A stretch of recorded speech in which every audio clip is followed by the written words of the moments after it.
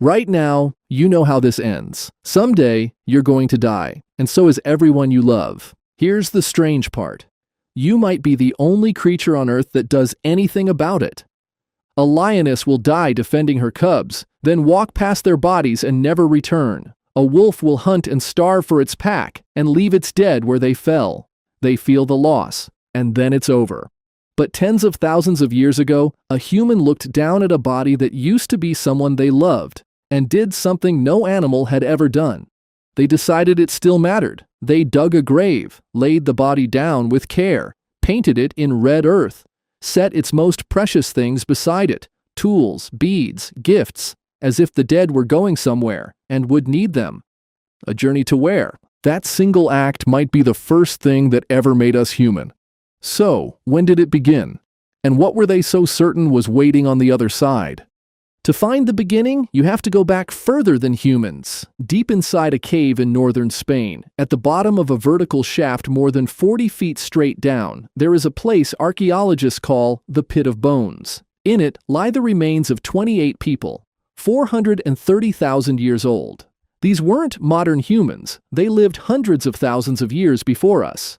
They didn't all fall down that shaft by accident. Someone placed them there. Among the bones lies a single object, one beautifully made hand axe of pink quartzite, finer than anything else at the site, unused, unworn. It may be the oldest gift ever given to the dead, laid down by a creature that wasn't even human yet, who had already decided a body was worth more than nothing. And here's something stranger still. We weren't the only ones who did this.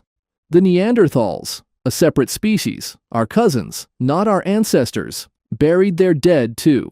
In Shanidar Cave in Iraq, archaeologists found a Neanderthal man surrounded by dense clusters of ancient pollen. For decades, the story was beautiful. His people laid him to rest on a bed of wildflowers. The flowers? Maybe not real. Rodents may have brought the pollen, but the burial itself? That's real. So were others in the same cave, in the same spot. Bodies returned to again and again, as if it were a place reserved for the dead. The flowers may be a myth, the burial is real. Then come the members of our own species, and the graves start to break your heart. 78,000 years ago, in a cave on the coast of Kenya, someone buried a child.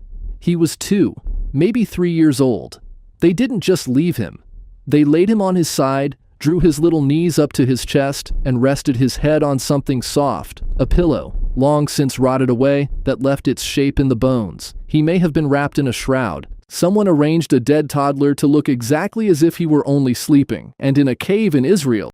Even earlier, more than 90,000 years ago, humans were already doing the same. This was already who we were. And then, around 34,000 years ago, in what is now Russia, it explodes into something almost unbelievable. At a site called Sungir, 2 children, a boy and a girl, were buried head to head, and they were covered from head to foot in more than 13,000 beads, each one carved by hand from mammoth ivory. Each bead took 45 minutes to make. The beads alone represent 10,000 hours of work, years of a person's life spent decorating the dead. Beside the children lay spears made from the tusks of mammoths, straightened through a process so difficult we're still not certain how they did it. Weapons of staggering effort, laid next to 2 kids who would never hunt. Why pour years of your life into a grave? There's only one answer that makes sense. They believed those children were going somewhere, and they wanted them to arrive well.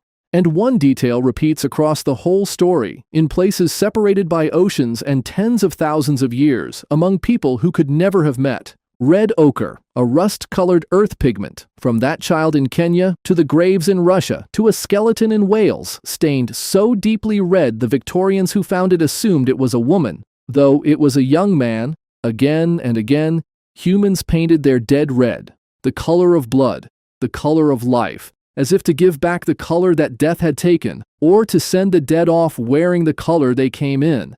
Nobody taught them this. They invented it, over and over, on their own. Here's the thing that should stop you cold. None of it, not 1 minute of it, had any survival purpose at all. A body is just a body. The lion knows that. Burying it, arranging it, painting it red, spending 10,000 hours on beads for it, giving it spears and gifts, and a soft place to rest its head.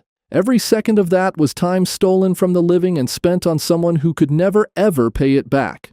There's only one explanation that fits the evidence. They didn't believe the person was entirely gone. A gift in a grave is a bet on a journey. And that means the very first time a human laid a present beside the dead, it may also have been the first time a human believed in something they could not see. The first idea of a soul, the first faith, the first art, the first religion, all of it born at the edge of a grave. We didn't invent burial because we were human. We may have become human because we invented it. The lion still walks away, the wolf still leaves its dead where they fell, but you won't, and you already know you won't. You'll choose the flowers, the words, the box, the stone, the name carved into it. Here's the strange, quiet, beautiful truth. It's the exact same act. The 13,000 mammoth ivory beads and the cheap bouquet from the gas station are the same gesture, 34,000 years apart. A living human refusing to accept that someone they loved is simply gone, and sending them off with something, just in case. We still don't know what's on the other side. We never have. But for at least 78,000 years, on every part of the planet, we have refused to act like the answer is nothing. That refusal might be the oldest, truest thing about us.